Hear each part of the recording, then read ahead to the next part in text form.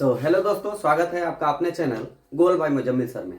आज हम लोग फ्रैक्शन के कुछ महत्वपूर्ण टॉपिक्स में फ्रैक्शन का एडिशन देखेंगे, यानी भिन्नों का जोड़। भिन्नों का जोड़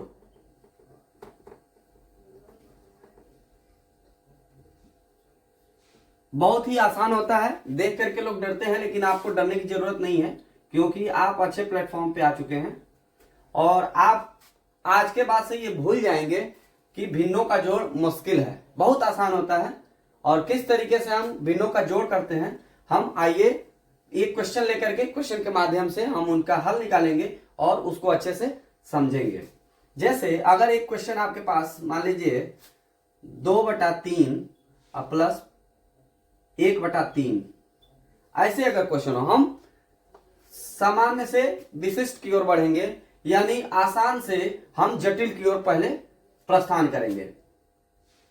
आपके पास दो भिन्न दिए गए हैं, उन भिन्नों का जोड़ पूछ रहा है, योग पूछ रहा है, तो हम कैसे करेंगे। आप देख रहे हैं दोनों का डिनोमिनेटर यानी हर जब समान होता है, बराबर होता है, ऐसे भिन्नों का जोड़ बहुत ही आसान तरीके से हम ऐसे करते हैं। दोनों का हर अगर समान है तो हम नीचे वही हर लिख लेंगे और ऊपर जो आपका आ रहा है अंश यानी न्यूमरेटर को हम वैसे ही आपस में जोड़ लेंगे इस तरीके से। तो आप देख रहे हैं दोनों को जोड़ने के बाद से ऊपर भी आपका 3 मिलेगा और नीचे भी 3 मिलेगा। अगर इस तरह के कोई फ्रैक्शन मिल रहा है, कोई भिन्न मिल रहा है, तो उसका अर्थ एक पूर्णांक बन जाता है, वह 1 के बराबर हो जाता है। यह नियम शायद आप लोगों को पता भी होगी कि हम अंश और हर जब बराबर हो जाता है, ऐसी स्थिति में हम 1 लिख सकते हैं, दोनों का मान 1 आएगा। चाहे आप 25/25 लिख लीजिए, इसका भी मान 1 ही होगा। 205/205 लिख लीजिए, इसका भी मान 1 ही आएगा। बात समझ में आ रही है? यानी अंश और हर, न्यूमरेटर और डेनोमिनेटर दोनों अगर समान हो तो ऐसी स्थिति में हम 1 के बराबर उसको दर्शा सकते हैं, लिख सकते हैं। इसको मैं इरेज कर रहा हूं। तो एक क्वेश्चन हमने लिया जिसमें हर संख्याओं का बराबर था, ऐसी स्थिति में हम इस तरह से हल करते हैं। एक क्वेश्चन और आप देख सकते हैं, एक क्वेश्चन और देख लीजिए कि अगर आपका हो 3/7 प्लस 1/7 प्लस 2/7, इस तरह का अगर कोई क्वेश्चन आता है, यानी दो भिन्नों के बाद अब 3 भिन्नों में आप आइए, 3 भिन्नों का योग पूछ रहा है, तो हम कैसे करेंगे। इसका भी आप देख रहे हैं हर यानी डेनोमिनेटर क्या है, समान है। तो जब समान है तो आप सबके लिए क्या लिख लेंगे, वही एक हर लिख लेंगे। बात समझ में आ रही होगी। अब अंश को यानी न्यूमरेटर को हम जिस तरह से दिया हुआ है उसी तरह से हम ऐड कर लेते हैं। ये आ गया, ऊपर 3, 1 और 2, इन सबको जोड़ेंगे तो आपका मिलेगा 4 और 2 6, 6/7। उम्मीद है आप ये समझ गए होंगे। अब हम एक ऐसा क्वेश्चन लेते हैं जिसका क्या हो, डिनोमिनेटर भिन्न हो, अलग हो, यानी कि इसका हर क्या हो, अलग अलग हो। तो ऐसे भिन्न को हम कैसे हल करेंगे। तीसरा क्वेश्चन मैं आप लोगों के सामने दे रहा हूं। सपोज कर लीजिए कि हमारे पास क्वेश्चन हो 1/9 प्लस 1/2 प्लस 1/3 प्लस 3/8, ये क्वेश्चन हो। सपोज कर लीजिए कि ये 4 भिन्न हैं और चारों भिन्नों में आप देख रहे हैं सबका हर अलग अलग है। ऐसी स्थिति में हमको इनके हर को यानी डेनोमिनेटर को क्या करना होगा, समान करना होगा, बराबर करना होगा। इसके लिए आप लोगों को एलसीएम लेने की आवश्यकता पड़ती है। सभी हरों का हम एलसीएम निकालते हैं, यानी लघुत्तम समापवर्त निकालते हैं। अगर आप लोगों को लघुत्तम समापवर्त निकालने में कोई कठिनाई हो रही होगी तो हमने वीडियो दिया हुआ है, आप सर्च कर लीजिएगा लघुत्तम या एलसीएम बाई मुजम्मिल सर, आ जाएगा। आप लोग प्लेलिस्ट में देख सकते हैं, मैथ के प्लेलिस्ट में होगा, उसमें आप सर्च कर लीजिएगा। निश्चित ही आप लोगों को इसके जो बेसिक कंसेप्ट हैं एलसीएम के या एचसीएफ के, वो सारे कंसेप्ट उसमें क्लियर होंगे। तो एलसीएम हम निकालने की प्रक्रिया आप लोगों को यहां से थोड़ा सा एक बार शॉर्ट में जल्दी जल्दी बता देते हैं। क्या करेंगे हम, 9 यहां लिख लीजिए, फिर 2 है, फिर 3 है, और उसके बाद से 8 है। ये 4 भिन्न थी, चारों का हर हमने लिख लिया। अब हम क्या करते हैं, सबसे छोटी संख्या 1 होती है, लेकिन 1 से यदि हम किसी संख्या को विभाजित करते हैं तो वह नहीं कटती है। हम किससे काटेंगे, 2 से काटेंगे, क्योंकि 2 एक ऐसी प्राइम नंबर है जो सबसे छोटी प्राइम नंबर है।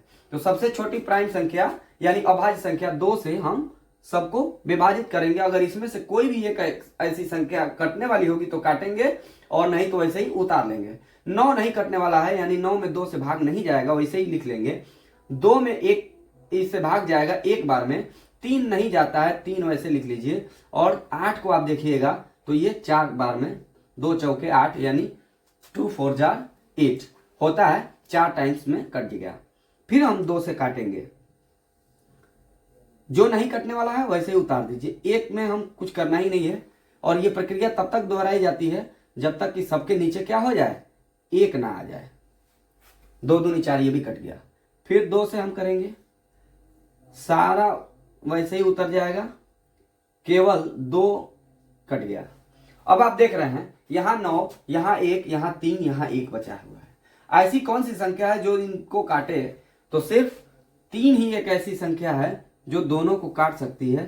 3 3 का 9, और 1 के लिए कुछ होता ही नहीं, वैसे उतार देते हैं 1 को, सबको एक ही बनाना है। और 3 एक 3, ये भी कट गया। अब आप देखिएगा तो सिर्फ एक ऐसी संख्या 3 मिल रही है जिसको और काटना है, बाकी सब कट गए हैं। तो 3 एक 3, ये भी कट गया।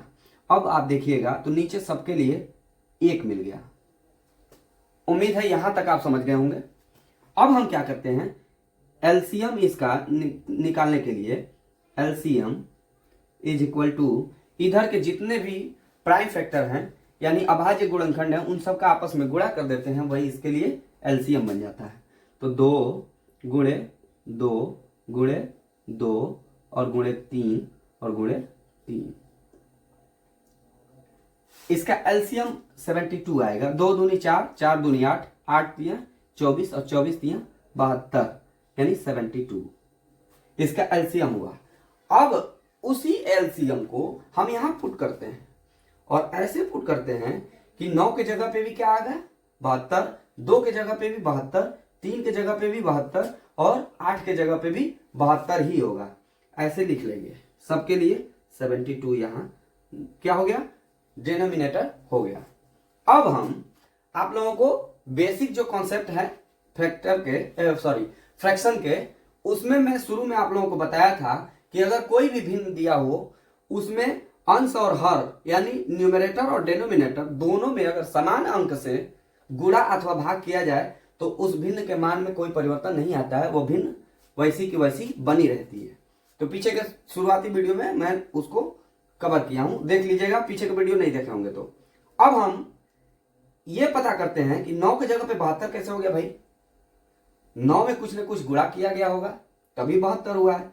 2 के जगह पे भी 72, 3 के जगह पे भी 72 और 8 के जगह पे भी 72, कुछ न कुछ इसमें गुणा किया गया है जिससे कि यह 72 हुआ है। इसका पता लगाने के लिए सॉरी, ये 1 है, 1 लिख लीजिए, मल्टीप्लाई कर लीजिए, 9 से इसमें भाग करेंगे तो ये पता चलेगा कि 9 8 72 यानी 8, 8 से इसमें गुणा हुआ है तो 72 हुआ है। तो ऊपर भी हम 8 से गुणा कर दें, कोई अंतर नहीं आएगा। प्लस का चिन्ह है, प्लस लगा लीजिए, और 1 के जगह पे वैसे ही लिख लीजिए, फिर गुणा कीजिए। इससे हम इसमें भाग करते हैं तो ये पता चलता है 36 बार में 36 दूनी 72 होता है, यानी 2 में 36 से जब गुणा हुआ होगा तो 72 हुआ है। तो ऊपर भी हम 36 से गुणा कर देंगे, कोई परिवर्तन नहीं आएगा। फिर प्लस 1 लिखेंगे और गुणे का चिन्ह लगाएंगे। 3 से हम जब भाग करते हैं तो पता चलता है कि 24 बार में 3 से ये कटेगा, यानी उस 24 का गुणा 3 में हुआ होगा तो 72 हुआ है। तो अंश में भी हम 24 से गुणा कर देंगे। बात समझ में आ रही होगी। अब एक संख्या और बच गई आपकी 3/8 वाली, तो उसके लिए भी हम वही प्रक्रिया करते हैं। ऊपर 3 है तो 3 लिख लेंगे और गुणे का चिन्ह लगाएंगे। 8 से हम इसको 72 में भाग करेंगे तो हमको पता लग जाएगा कि 8 में किसका गुणा हुआ है कि 72 हुआ है। तो 8 से जब हम इसका भाग करेंगे तो पता चलेगा 9 बार में कटेगा, यानी 8 में 9 से क्या हुआ होगा, गुणा हुआ होगा, तो 72 हुआ है 9 से ना। तो 9 से ऊपर भी हम कर लेंगे, जिस तरह से नीचे 9 में हम गुणा किए तो 72 हुआ है, तो ऊपर भी हम 9 से गुणा कर लें, यानी 3 में हम 9 से गुणा कर लेंगे, 9 8 72 होता है। उम्मीद है यहां तक आप अच्छे से समझ पा रहे होंगे। अब हम क्या करते हैं, जैसे जैसे गुणा हुआ है वैसे वैसे आप गुणा कर लीजिए, प्लस का चिन्ह लगाते जाइएगा, इस तरह की संख्या आपको मिल जाएगी। और जब इस तरह की संख्या मिल जाएगी तो ये वाली संख्या जो आप पीछे किए हैं वैसा आप पालेंगे। तो मेरा यही ध्येय है कि आप लोग बेसिक से एडवांस की ओर बढ़ें, यानी आपके पास अगर बेसिक नॉलेज है तो बहुत अच्छी नॉलेज आपकी इंक्रीज की जा सकती है, लेकिन हमारा जब बेसिक कमजोर होता है तो हम आगे इसको इम्प्रूव करने में मुश्किलें आती हैं। तो उसको कहा गया है ना कि अगर नींव मजबूत हो तो बहुत बड़ी इमारत खड़ी की जा सकती है। तो वही नींव मजबूत करने के लिए आप लोगों का बेसिक मजबूत होना आवश्यक है। तो अगर आप लोगों को ये हमारा समझाने का तरीका या बताने का तरीका पसंद आ रहा है तो प्लीज लाइक कर लीजिए, और पहली बार अगर इस वीडियो को आप देख रहे हैं, पहली बार मेरे चैनल पे आए हैं, तो सब्सक्राइब जरूर कर लीजिए, बेल आइकन प्रेस कर लीजिएगा, जिससे कि आप लोगों को आने वाली जितनी भी वीडियो होंगी उसकी नोटिफिकेशन सबसे पहले मिल सके। अब हम बिना देर किए इसको सॉल्व करने का सोल्यूशन देखते हैं। अब क्या करेंगे, हम 1 का 8 में गुणा करेंगे 8 हो जाएगा, फिर प्लस 1 का 36 में गुणा करेंगे तो ये भी 36 हो जाएगा, प्लस फिर 1 का 24 में करिएगा तभी 24 आ जाएगा। अब यहां पे 3 का हम 9 में गुणा करेंगे तो 27 हो जाएगा, 9 3 27। नीचे क्या है भाई, तो आप लोग जानते हैं नीचे 72 है, यानी डेनोमिनेटर हर क्या है 72 है। अब आखिरी बार, अब हम लोगों का आंसर मिलने वाला है। क्या करेंगे, हम सभी अंश में जो भी लिखा गया है उसको हम आपस में जोड़ लेंगे, ठीक है। तो 8 और 6 14, 14 और 4 18, 18 और 7 25, 25 का 5 हम लिख लेंगे, हमारे पास कैरी यानी हासिल 2 बच जाएगा, 2 और 3 5, 5 और 2 7, 7 और 2 9, 95। अब बटा नीचे क्या होगा भाई, ये होगा 72, 95 बटा 72। आप लोग ये देख रहे हैं, यह भिन्न जो है वह उचित भिन्न नहीं है, अनुचित भिन्न है। इसको हम क्या करेंगे, मिक्स फ्रैक्शन में बदल सकते हैं। इसके लिए कॉन्सेप्ट आप लोगों को पीछे के वीडियो में हमने दिया हुआ है कि अगर अंश बड़ा हो यानी कि न्यूमरेटर बड़ा हो और डिनोमिनेटर छोटा हो तो उसको हम मिक्स फ्रैक्शन में या मिश्रित भिन्न में बदल सकते हैं। उसके लिए हम अंश में यानी न्यूमरेटर में डिनोमिनेटर से भाग करेंगे। कैसे भाई, यहां देख लीजिए, 95 में हम 72 से भाग करते हैं तो हमको क्या मिलता है, 72 एक अन्य 72 एक बार में जाएगा और शेष कुछ बच जाएगा, यानी रिमाइंडर कुछ बचेगा, वह रिमाइंडर हम यहां लिखेंगे, 3 जाएगा भाई, और ये 23 रिमाइंडर बच रहा है। एक पूरा पूरा कट गया, यानी एक पूर्णांक बनेगा आपका एक सही, और जो रिमाइंडर है उसको हम अंश बनाते हैं 23, और डिनोमिनेटर में कोई परिवर्तन नहीं होता है, यानी हर में कोई बदलाव नहीं आता है, हर जैसा है वैसे ही रहेगा। आंसर हमारा मिला एक सही 23 बटा 72, ये हमारा आंसर हो जाएगा।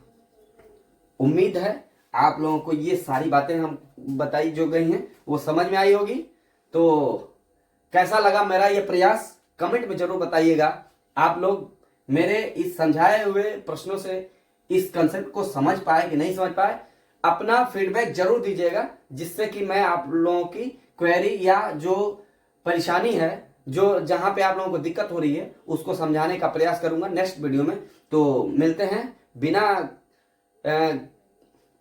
हैं नेक्स्ट वीडियो में, तब तक आप स्वस्थ रहिए, मस्त रहिए। जय हिंद।